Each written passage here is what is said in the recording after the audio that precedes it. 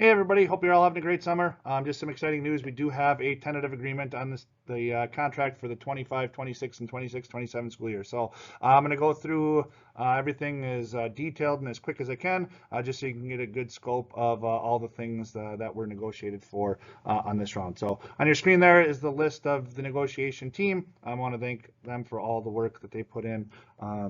We've got a good crew, and I like working with all you guys. So anyways, here's what we came to a tentative agreement on. First things first is the proposals that did not go through. Just a recap, because I've been kind of doing this for all the updates on the negotiations. So professional work time, the 2 hours of in-service time, uninterrupted to work in your classroom, that was declined by the district, basically because letters training gobbles up a bunch of time, and there's going to be a reduction of in-service days going forward. More to come on that. So that was the reasoning behind them saying no to the 2 hours of uninterrupted work time per in-service day. Professional courtesy, I talked about in a previous video as well. Basically, if you got to come in late or early, it's something that the district administration doesn't want to track, and they just wanted this to be natural. So let's be professional, and yeah, hopefully that takes care of itself. Building climate.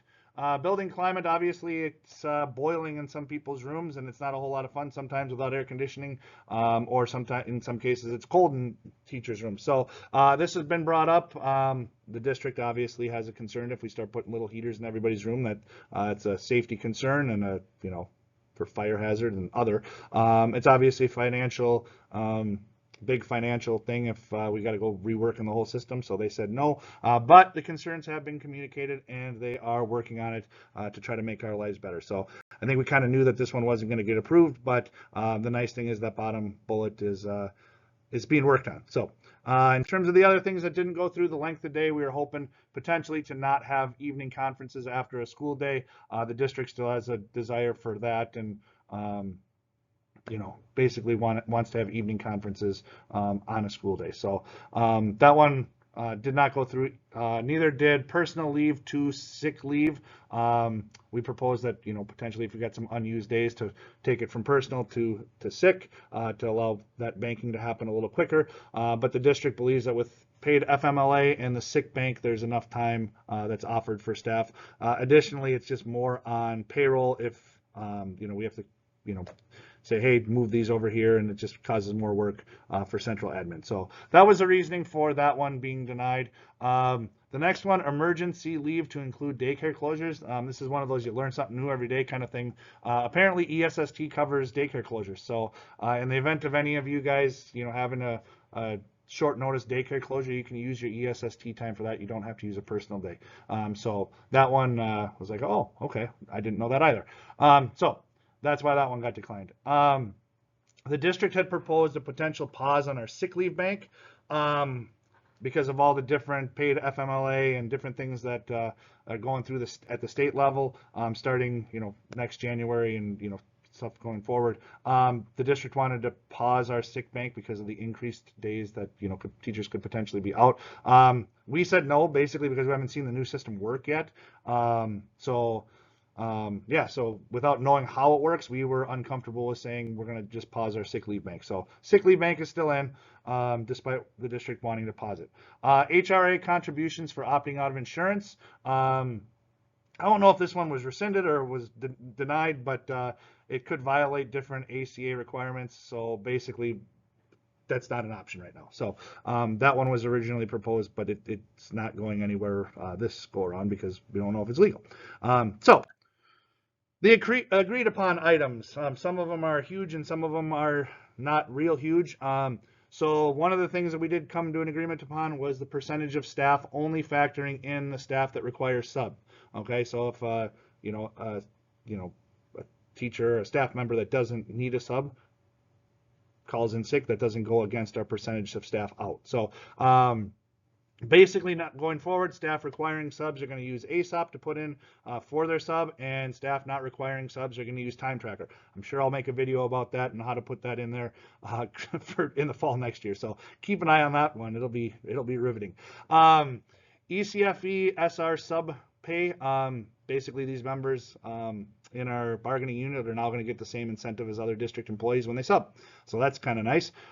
We had an MOU that was in our last contract regarding school psych and ECSE and their stretched calendar, and that is now gone from MOU into contract language.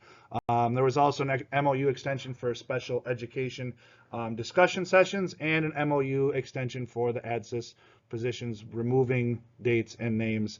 So yeah, just a couple MOU extensions. A couple other agreed upon items. Unused sick days and personal days. When you're going to get paid out on those now, they will be, instead of 120 this year, it's going to be 140 going forward, and the rate will increase with the percentage of the salary increases. So basically, we shouldn't really have to negotiate this going forward.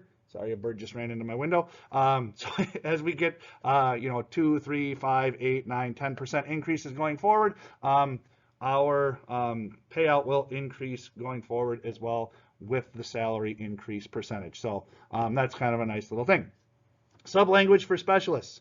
If you're a specialist that gets pulled from your normal duty to sub in a classroom for a half day or longer, you're now going to get an additional pay of the secondary teacher prep coverage. So it's a little bit of bump there, but what I'm asking you is please put this into the system. For one, you're going to get some money out of it, so that's kind of nice, and two, it gives us data. So we, kind of inquired about this, bonus or stipend, whatever you want to call it, and turns out that there's not a lot of data on how many times you guys are covering for people. So please put this in there so we can have some data going forward in next contract negotiations. We also have a sub incentive / bonus for secondary and elementary school teachers. Obviously, our days look a little bit different in terms of prep time and the little cutout times for our preps. Secondary obviously longer than elementary. So if you're asked to sub for secondary 15, 30, or 45 times, or elementary during your prep 30, 60, or 90, there's bonuses of 100, 325, and 500 respectively. So basically it's a nice little bonus for people that are stepping up and subbing. I don't think it's earth shattering. We didn't fight real hard for it, but we got this on there, so that's kind of nice for those that are subbing, either a little bit or a bunch.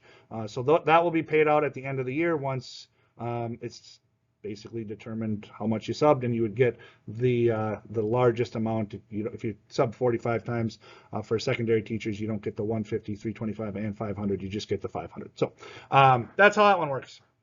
CTE language. It's nice when other school districts have language that we can kind of pick off of. And so Alexandria, our CTE language is going to pretty much mirror Alexandria, where 40 hours of a pre-approved training and work experience can equal 1 master's credit in terms of going for lane changes. So that mirrors Alexandria, and a lot of other districts are doing that kind of thing as well. So yeah. ECFE, sick leave.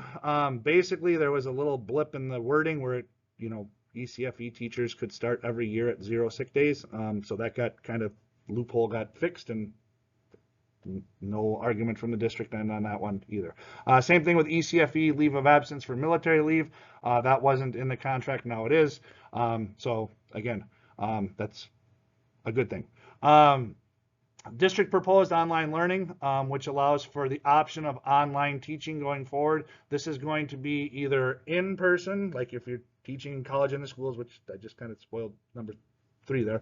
But if you're teaching college in the schools, you could either have a full online version or a full in-person version. We're not going back to the COVID where I'm looking at you in a screen and there's kids over your shoulder and you got feedback on your mics and all that gong show that was a few years ago. So either in person or online, not both at the same time. This would be for high school, college, and the school classes for the 26-27 school year. And then if it works, it could expand. If it's not working, then it's not going to expand. So that's where we kind of ended with that one. 30 hours of curriculum development time for teachers that are teaching a new online section. The salary increase. Salary increase for year 1. We got a 2%, tentatively agreed on a 2% increase on salary and a reduction of in-service days. So we'll be no longer working on our flex day or Indigenous Peoples Day. with the reduction of in-service days, that basically is the shade over 1% increase on your average daily rate of pay. So we're going to be going from 183.5 total days down to 181.5 total days with the reduction of those 2 days. So that was year one, 2% and reduction of 2 days. Year two is going to be state aid minus 0.25%. So basically, the state aid formula, it's factored in with inflation. It's looking like, and don't quote me on it because I can't predict the future, but you're looking at like a 2.8, 2.9 inflationary data point, which means the state aid for the school would be 2.9, which would mean, here's my mental math, 2.65 would be our percent increase. So it's all based on the inflationary metric and how much money the district's going to get. So basically, and I would guess we'd probably end right around a 2.6 or a 2.7 on that, depending on what inflation does. But basically, over the course of 2 years, you're going to get roughly a 4.6, 4.7, and then we have the reduction of in-service days from next year into the future. Additionally, on year two, we originally wanted this on year one, but letters training kind of messed with this a little bit. But in year two, we will have 4 in-service days in which teachers can use personal days. Right now, we only have 2. We had asked for all, but with different trainings and stuff like that. On the reduction of in-service days, the district didn't want to say you can take personal days on any in-service days, so they're going to bump in year two. They'll designate 4 days where we can use our personal days. So that's kind of the nuts and bolts of the tentative agreement. What we're going to have going forward, right now we haven't ironed out all the details on this, but in the email that you got this link to, there'll be information on a question and answer session, where as many of us on the negotiation team can be there. We'll sit in a spot for a couple hours, and if you've got direct questions, you can come talk to us or potentially even phone in. But we'll do that. We'll also do an online vote. So you'll be able to click on that, or come in and vote, or ask questions and then vote. And then after that, we will do a union social at a time and a place that is to be determined. So once we iron that out with the negotiation crew, then we will put that in the email that this link is in as well. So that's all I've got. Hopefully everybody's having a great summer, and I will see you guys soon.